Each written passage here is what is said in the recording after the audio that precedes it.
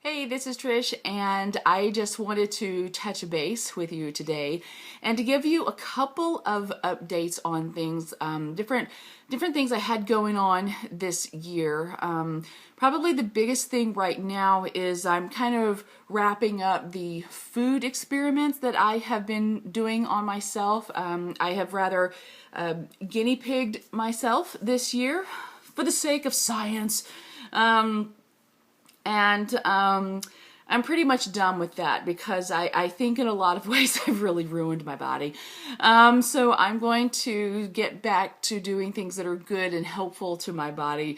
In fact, in the mail today, I just got some new fish oils and some supplements that help with thyroid because they have iodine and selenium. If you saw my iodine patch video, I will be doing an update of that by Monday, I hope. It's just a matter of doing it at this point. I just need to do that video. But one of the things that's been interesting for me in doing this food experiment in all its various forms, literally this entire year, that it's really helped me come to term with some things, especially some of the psychological issues of eating and binging. And for me personally, it's made me really look at my childhood. My relationship with food began when I was a child, and that relationship with food is also tied to my relationship with money. And I will be writing and talking about all of that very soon. If you've ever experienced this kind of thing, you already know what I'm talking about. If you are thin and healthy and you've never had this kind of stuff to worry with, you're very, very lucky. But I'm sure you have your own battles and demons that you've had to work on and other areas.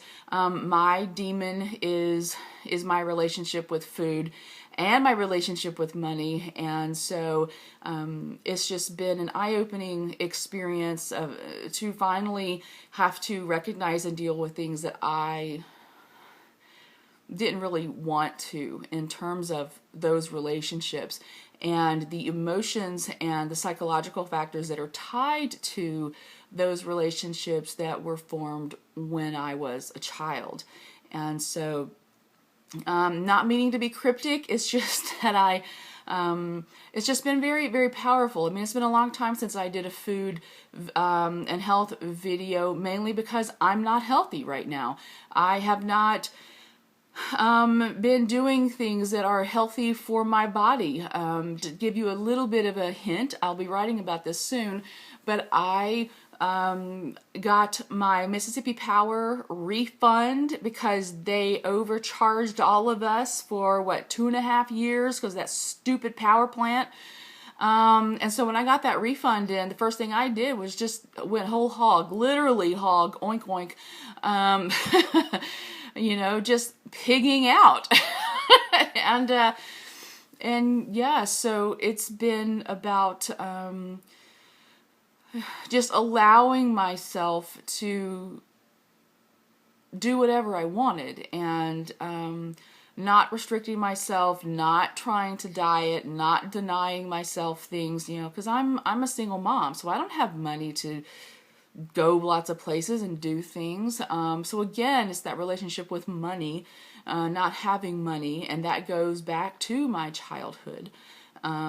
It's just been, I didn't want to do a food and health video. Why? I'm not healthy. I've gained 25 pounds this year, and I was already really the fuck overweight when I started this year. So it's like, but even my daughter today, she was like, Mom, can we stop eating out? I'm like, yes.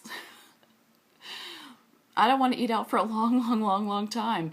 And when your child is saying, can we please stop eating out, then you know that that there are things going on that you need to address. And so in allowing myself to have this bender with food, because food is my drug, it's affected my daughter.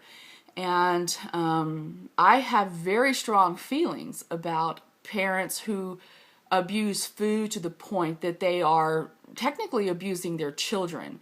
You know, kids can't buy their own food and they can't go get their own food. My daughter's at an age where she can go get her own food and she can make her own damn food. She chooses not to most of the time. But, you know, the past month, it's just been month and a half, whatever, a month or so.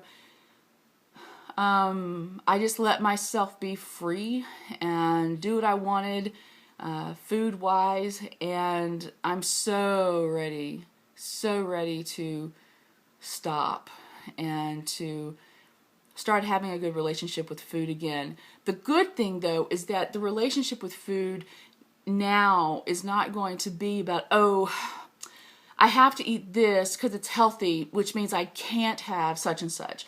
So there's this idea of dieting, that it's about deprivation or you're not getting what you really want kind of thing. And so even just thinking of that, I'm having immediate flashbacks to the way my ex-husband used to act. When he would come home from work and he would have an ice cream or he'd have something or something, and he was doing it every day and he called it a treat. And I said, why? I said, you're in the habit of bringing. He said, no, it's not a habit. He said, it's a treat. I said, no, it's a treat if you have it once a month or once a year. That's a treat. You're doing this every day. That's a habit. And he got so pissed off because I was judging his relationship with food. He was rewarding himself with food because he'd had a hard day. He worked really hard. So he's rewarding himself with food, number one. So emotional eating. And then that made me think about how we reward kids with food. And they do it in schools. And when I used to tell them, okay, do not give my daughter M&Ms or Skittles or candy. Well, we give all the kids candy when they do well. I said, but don't give it to my daughter. I said, give her a pencil. Give her a sticker instead. Do not reward my daughter with food. That's going to set up bad habits in the future. And they said, well, we can't give her something that we have to give everybody the same thing. I said, well, then give everybody pencils. Why are you giving the kids candy? You're hyping them up on sugar.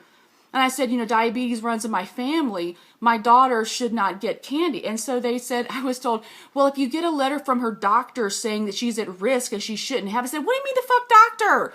I'm her mother. I'm her legal guardian. I'm fucking telling you, don't give her candy for doing well. Give her something else. Give her a pencil, because then she can use the pencil to draw or write or do something. You're giving her a tool that she can then, that's the reward. They take that tool and do something else that's artistic and creative or wonderful or scientific or mathematical or whatever. Yeah, so having to examine a lot of relationships and how relationships are based on food. All the milestones in our life are based on food. When a baby's born, people bring food. When you have a graduation, you have a graduation dinner. Somebody gets married, there's the rehearsal dinner, then there's the reception afterwards. Somebody dies, people bring food. Anniversaries, birthdays, milestones, we're surrounded by food. And if you're poor, you don't have food. And you see everybody around you eating and throwing away perfectly good food. People in other countries have to walk 5 miles a day just to have a few gallons of water that they then have to walk back to their camp. I don't know. A lot of relationships I'm examining, and the privilege of food. That's a big one. The privilege of food. The privilege of being picky, of wanting one thing and not something else. The privilege of being able to throw away food. So, I don't know. Just a lot of things, a lot of random thoughts. As you can see, it's very involved. It's multi-layered. And I will talk more about this later, probably in an article, so that I don't ramble so much. But as you can see, there are many layers when you have an issue like this, the way other people have an issue with alcohol or drugs or whatever. Food is mine, money is my issue, and so just trying to do the best I can as a human being to deal with this shit. So anyway, all right, I will let you go, and if you've watched this far, amazing, and thank you. And leave any comments below, because I know I'm not alone in this. All right, I love you, and I will see you tomorrow. Bye.